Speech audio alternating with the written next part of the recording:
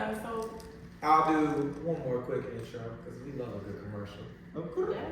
My name is Robert William III, and I have the extreme pleasure of being the director and curator here at Artfullwalls Gallery. If you forget my name, don't even worry about it. There's signs all around. I give y'all hints. So you ain't gotta come back and say, what's your name again? Look. It's something. If you're looking for a sign, nevertheless, I'm here. They usually in most of the rooms, but thank you for asking. This show, we could stand to put more of them in here. I don't like seeing my face and none of that stuff, but wow, Lewis, wow. Thank you. This man warned me for weeks leading up to this day that he was shy, he ain't like talking, he didn't want to be in a room with no people, he was antisocial, and whew, when I tell you as soon as I heard, let me tell you about myself. I walked out like we in good hands. We in good hands. Give it up one more time for my mother. I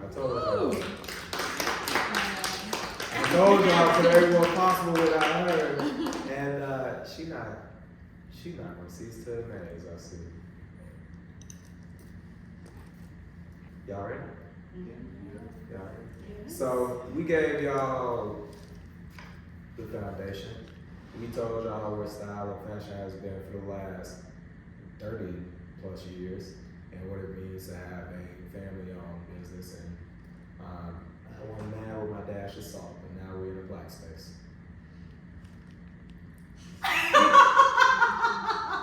So if you want to change how you answer because of our different diversity, go ahead.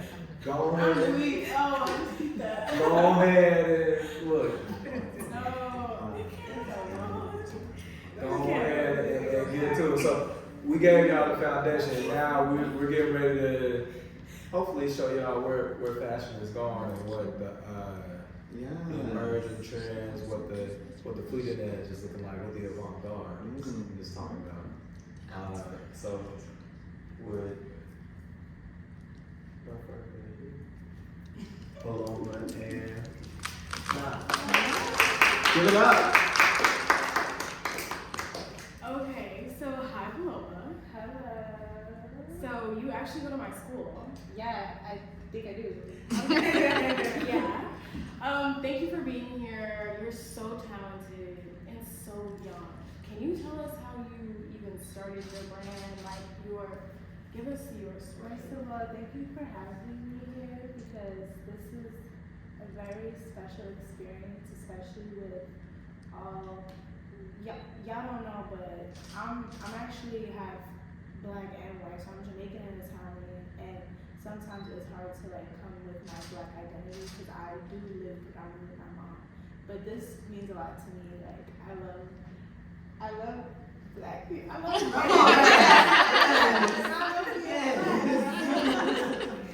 Black History Month too. I love this. This is very empowering for me, also as a black woman. So thank you for having me. Yes. So No, of course. So you're so young. You have your own brand. Can you tell us how you started your brand? So when quarantine happened, I'm sure all of you guys like found a different passion in something that you guys were doing. It was like a switch up because you were just home or just experimenting. So that's exactly what I was doing, and I started. Well, I have a shopping addiction, so I have a lot of clothes, like too much for my own little old me. I have too many clothes. So during quarantine, I was getting rid of some clothes, and I started cutting up things and gluing them together, which looked very tacky and ugly. I was like, this is cute. Like I like this idea of cutting things and putting them together, creating something new. But this looks very like tacky. So I took it upon myself to learn how to hand sew through YouTube, which is very, I love the internet. You can learn a lot of stuff on the internet. So I learned how to hand sew through YouTube. And after hand sewing for about a year, when I first started designing, I was making patchwork jeans because that's what the hand sewing was kind of, special for in my case. So I started doing that and I'm like, wait, this is, like, I like making jeans, but like, I want to learn how to sew on a machine. Like, that's more like advanced, that's more like proper. Like, I can't hand sew forever, it takes a lot of time too. So I learned how to sew on the machine. In 2022, my friend actually taught me like the basis of just how to like cut up a regular shirt and make it into like a little skirt or something, or take something in. So that's the foundation that I learned how to sew. And then from then, I went on YouTube again and I started learning how to sew other patterns and all of that.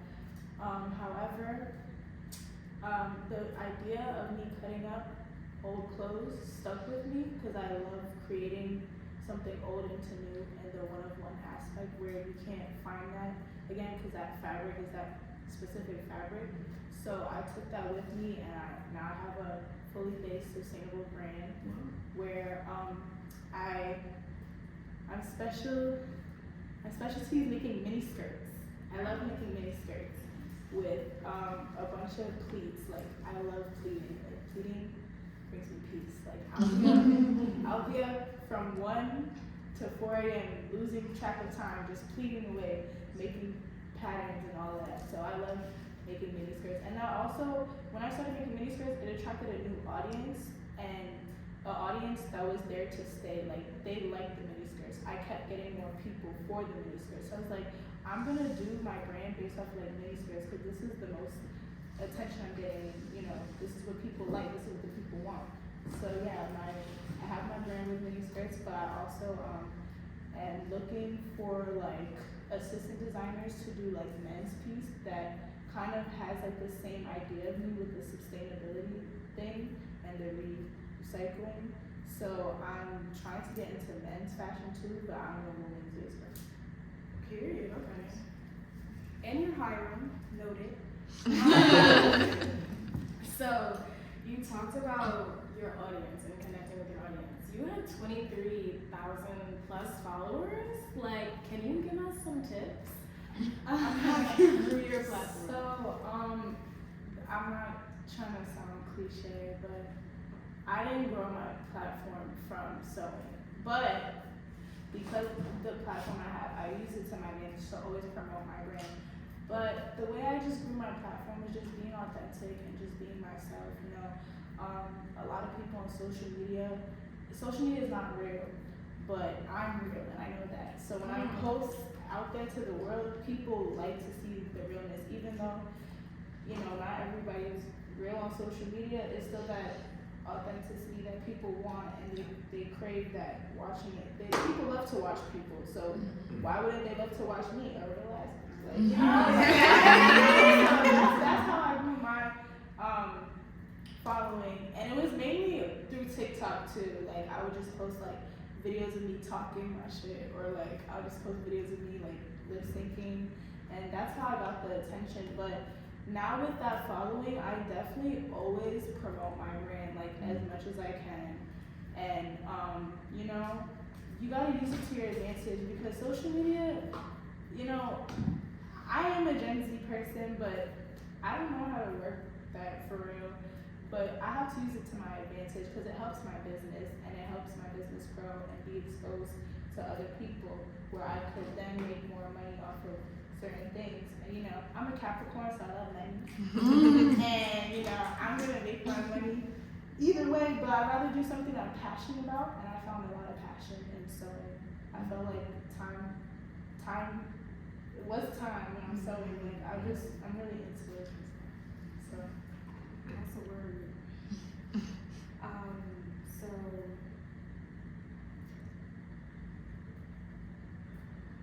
how do you stay inspired? So I'm from Brooklyn, New York. Yeah. And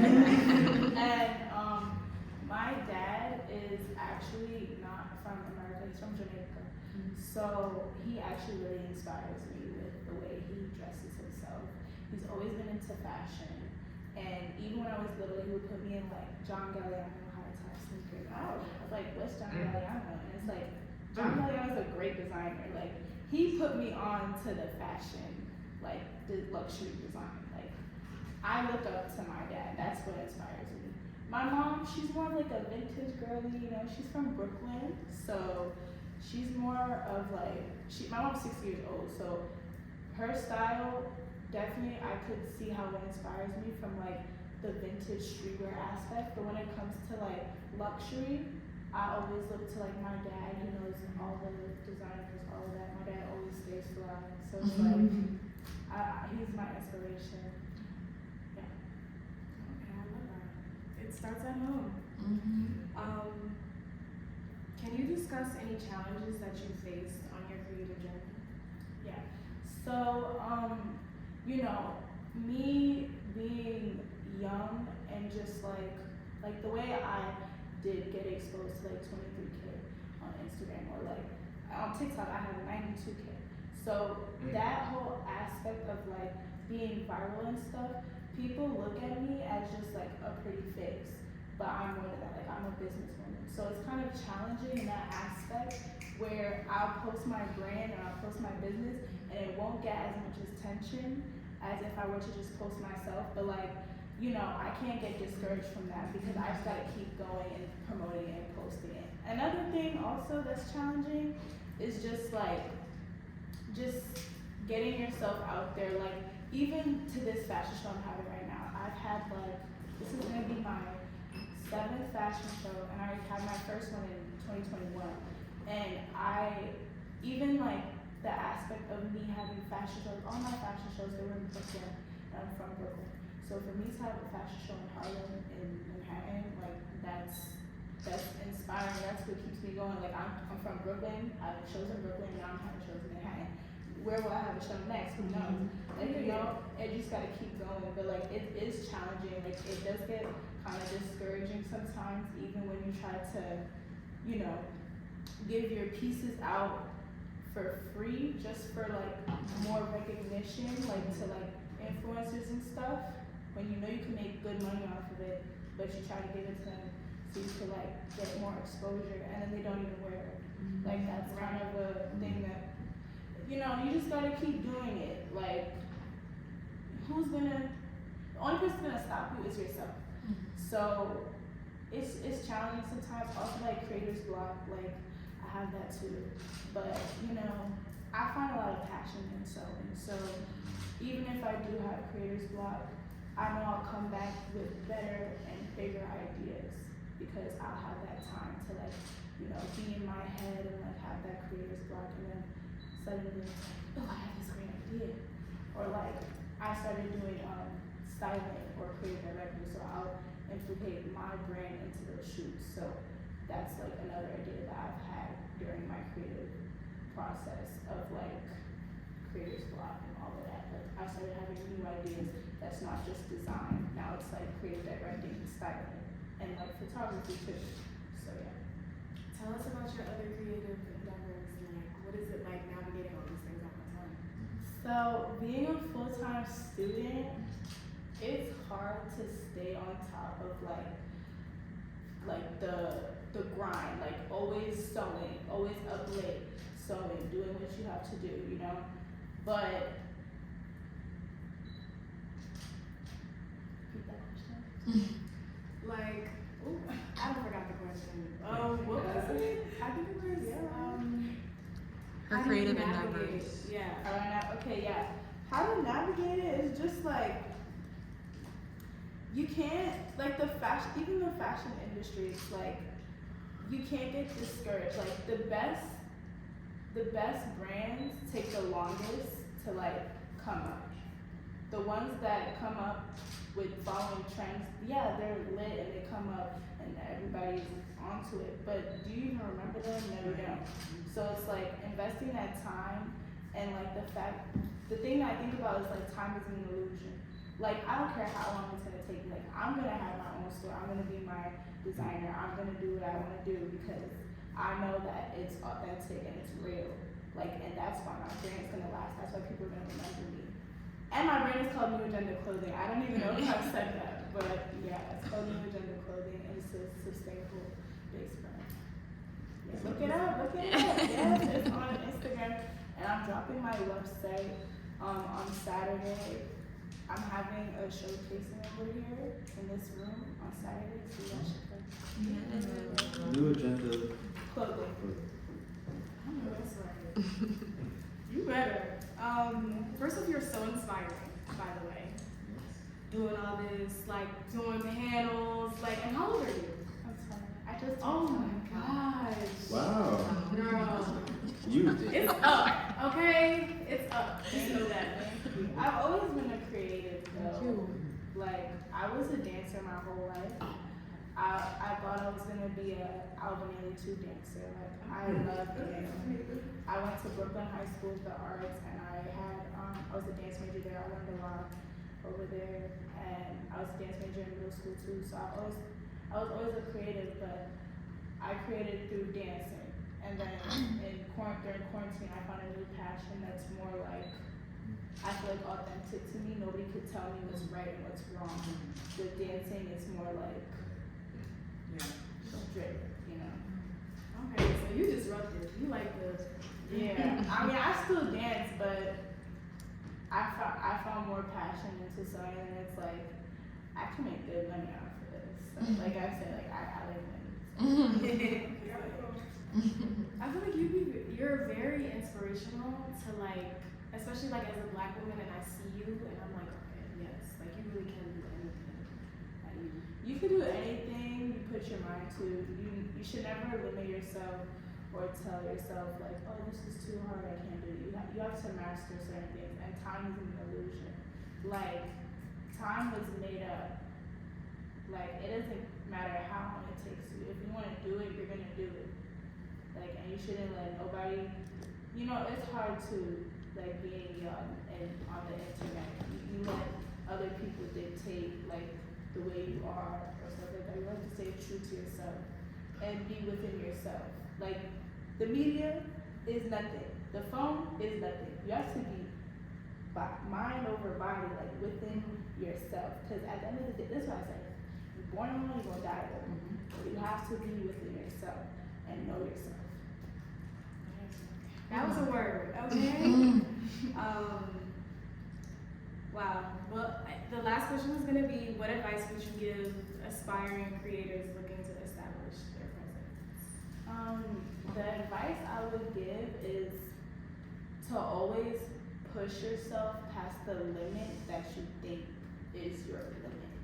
So always keep, if you're an entrepreneur and say you're an entrepreneur and you do food catering and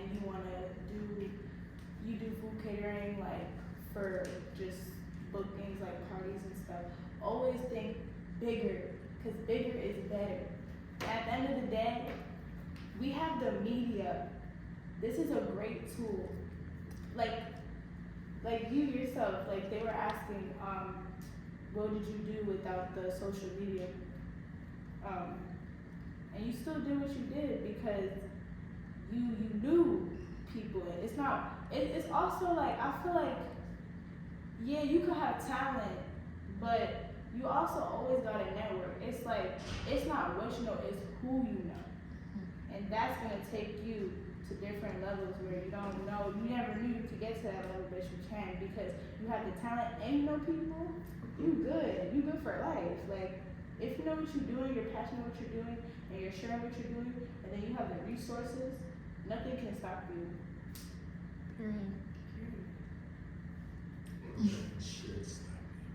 Nothing should stop you, yes.